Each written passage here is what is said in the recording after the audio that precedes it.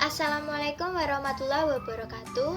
Perkenalkan, nama saya Rifka Krisma Bahtera Haryanto dari kelas 10 IPA 9 nomor urut 33 SMAN 5 Semarang.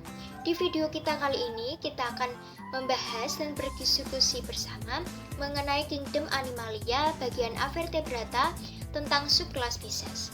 Yang pertama yaitu pengertian. Pengertian subkelas Pisces atau ikan adalah kelas dari subfilum vertebrata yang seluruh anggotanya hidup di air atau akuatik, baik air tawar maupun air laut. Yang kedua yaitu ciri-ciri. Yang pertama, habitat di perairan. Alat ekskresi berupa ginjal, sistem peredaran darah tertutup, poikiloterum atau berdarah dingin, dioeceus atau kelamin terpisah, memiliki gura sisi yang dapat merasakan tekanan, serta diproblastik atau memiliki 3 bagian tubuh. Selanjutnya adalah struktur tubuh secara umum.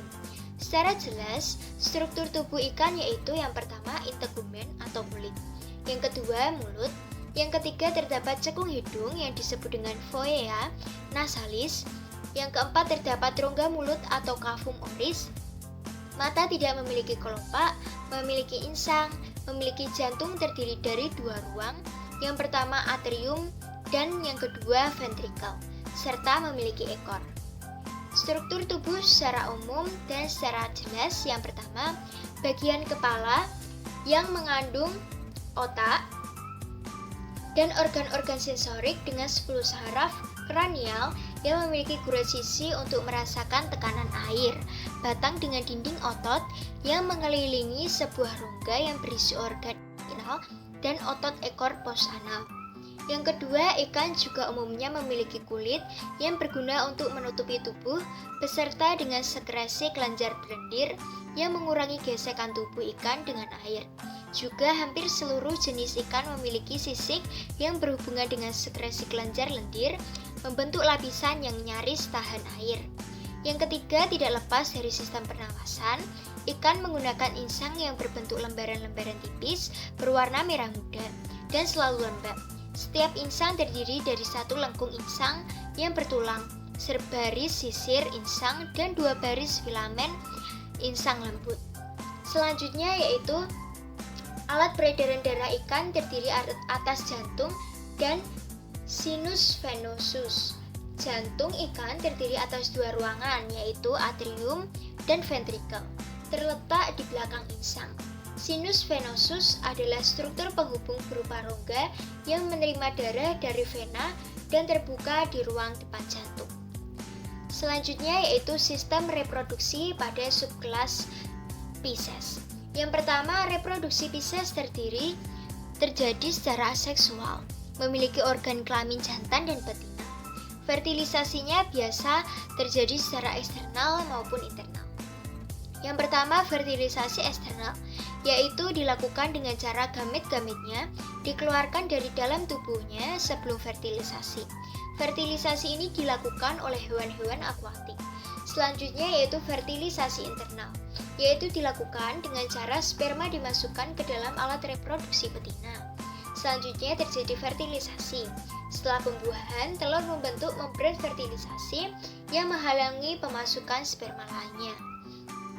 Selanjutnya yaitu alat reproduksi jantan dan betina pada subkelas filum Pisces yang ada 3 jenis. Yang pertama adalah ovipar, yaitu pembuahan di luar tubuh ikan betina dengan cara mengeluarkan telur dari dalam tubuh ikan betina dan akan dibuahi oleh ikan jantan. Yang kedua, vivipar atau pembuahan terjadi di dalam tubuh ikan betina, perkembangan embroil di dalam tubuh betina dibantu oleh plasenta yang memberikan nutrisi pada embrio. Yang ketiga, ovovivipar, yaitu embrio tidak memperoleh nutrisi secara langsung dari induknya, melainkan dari kuning telur dan tubuh induknya berfungsi sebagai tempat perlindungan.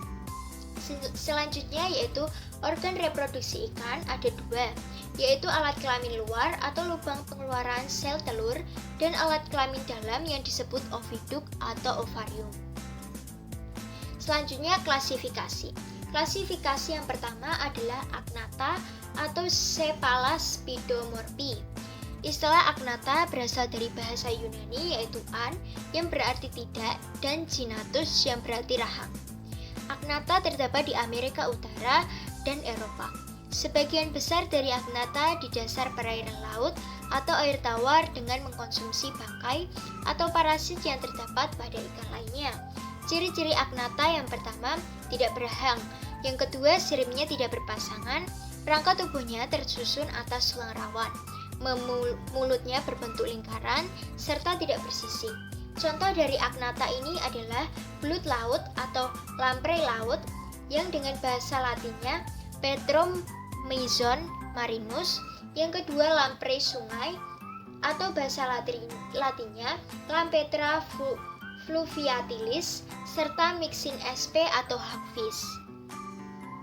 Selanjutnya adalah Chondricitis atau ikan bertulang rawan. Chondricitis di dalam bahasa Yunani yang berarti kondros artinya adalah rawan serta insitis yang artinya adalah ikan. Ciri-ciri Chondricitis yang pertama, ikan berahang, mempunyai sirip berpasangan, lubang hidung berpasangan, bersisik, dan serta rangkai terdiri atas tulang rawan bukan sejati. Contoh dari ikan bertulang rawan ini adalah yang pertama ikan hiu dengan bahasa Latin Squalus sp, yang kedua ikan pari dengan bahasa Latin Macararaja sp, yang ketiga adalah ikan pari listrik dengan bahasa Latin Torpedo marmorata.